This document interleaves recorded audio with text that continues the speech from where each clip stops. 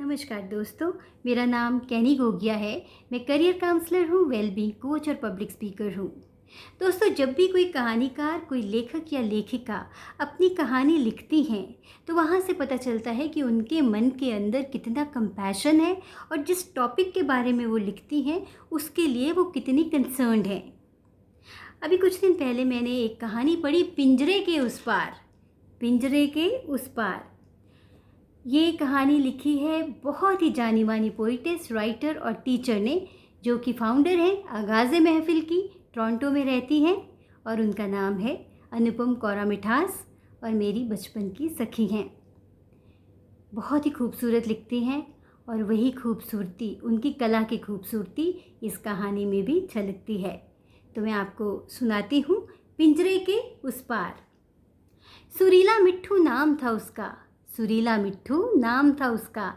आज मेले में उसके मालिक ने उसको एक नए मालिक को बेच दिया था।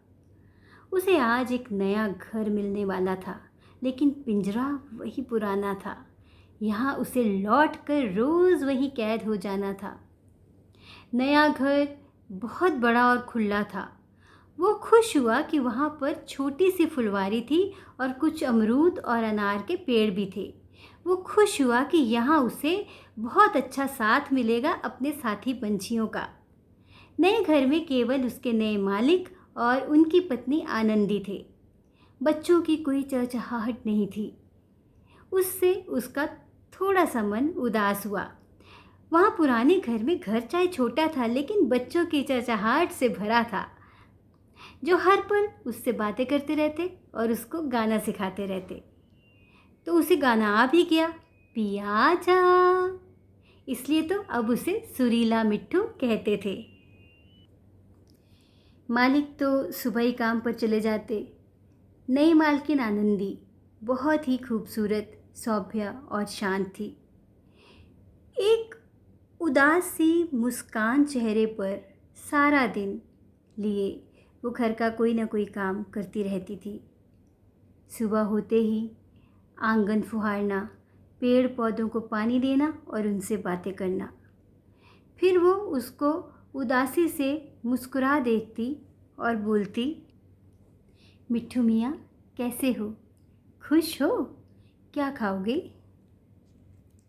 सुरीला मिट्ठू का दिल किया, वो गाए और गाने लगा, पिया जा।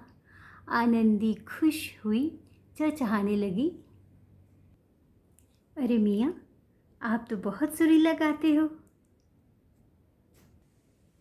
तो मिट्ठू बोला, मैं सुरीला मिट्ठू। कुछ दिन में मिट्ठू ने महसूस किया कि मालकिन तो सारा दिन घर की चार दीवारी में बंद रहकर घर का कोई ना कोई काम, खाना बनाना, कपड़े धोना, सिलाई करना, बर्तन साफ करने में निकाल देती है और घर से बाहर पैर ना निकालती। नया मालिक रोज़ रात नशे में धुत होकर आता, उस पर खूब रौब झाड़ता और कभी कभी हाथ उठाता। इसलिए तो आनंदी मालकिन की आंखें डबडबा जाती जब भी वो उससे बात करती। थोड़े दिन बाद नया मालिक उसके लिए बहुत सुंदर सुनहरे रंग का चमचमाता पिंजरा ले आया। नया पिंजरा देखकर वो खुश हुआ और पंख फड़फड़ाने लगा। लेकिन कुछ रोज़ में उसको महसूस हुआ कि पिंजरा शायद सोने का है। पिंजरा चाहे सोने का है, लेकिन उसकी उड़ान तो बंधी हुई है। वो पहले भी कैद था, अब भी कैद है। एक महीने के अंतराल में अब आनंदी और मिट्ठू की खूब दोस्ती हो गई थी। सुरीला मिट्ठू आनंदी को दी कहकर पुकारने लगा। जब भी आनंदी पास से गुजरती या नज़र आती तो बोलता, दी दी दी आजा। धीरे धीरे आनंदी की पीड़ा को महसूस करने लगा था। उसे महसूस हुआ कि आनंदी भी एक पिंजरे में बंद है, सोने के पिंजरे में, कहने को तो जिसे मकान कहते हैं। उसे ना कहीं आने की, ना कहीं जाने की इजाज़त है, और ना ही उसे किसी से बात करने की इजाज़त है। मिट्ठू ही बस उसका एक दोस्त था जिससे वो बातें करके थोड़ा सा हंस मुस्कुरा लेती थी और कभी कभी आंखें भर लेती थी। मिट्ठू को एक और गाना याद आ गया और फिर गाता, दी उड़ जा, दी उड़ जा। वो चाहता था आनंदी उस पिंजरे को तोड़कर कहीं भाग जाए। आनंदी आंसू भरकर आंख में बोलती, तुझे तो इस पिंजरे से रिहाई मिल सकती है, लेकिन मुझे इस पिंजरे को तोड़ने की इजाज़त नहीं। आजीवन मुझे इसी में ही कैद रहना है। सुरीला मिट्ठू आसमान की ओर डबडबाई आंखों से देखकर दिल में बोला। वो सोचता था कि इंसान बेजुबान पंछियों को ही कैद करता है, लेकिन कई इंसान दूसरे इंसान को भी एक पंछी की तरह कैद करते हैं। पिंजरे के उस पार की भी दुनिया एक बहुत बड़ा पिंजरा है। तो दोस्तों, कैसी लगी आपको ये कहानी? आपको नहीं लगता कि हम एक छोटे से अपने ही दायरे में रहते हैं और अपना एक फ़िक्स पॉइंट ऑफ व्यू बना लेते हैं और कभी भी उससे पार हम देख ही नहीं पाते। जब हम उससे पार देखते हैं तो हमें अपने से भी बहुत बड़ा पिंजरा लगता है। मीन्स अपने दुख से भी किसी का दुख बहुत बड़ा लगता है।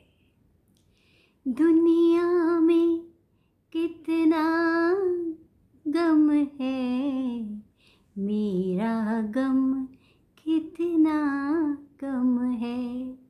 तो जब मिट्ठू ने इस चीज़ को महसूस करा तो उसको आनंदी का दुख अपने दुख से बहुत बड़ा लगा। वो जिस पिंजरे में कैद था उसको पता चला कि उसके बाहर भी एक बहुत बड़ा पिंजरा है जहाँ इंसान ही इंसानों को कैद करते हैं। तो आपको ये कहानी कैसी लगी मुझे कमेंट बॉक्स में लिखकर ज़रूर बताइए। और आप हमारा आगाज़े महफ़िल page, that's a Facebook page, आप उसको ज्वाइन कर सकते हैं। अगर आप पोइट्री पैशनेट हैं या आप लिटरेचर से किसी ना किसी फॉर्म में जुड़े हुए हैं, you will find lot of good literature there.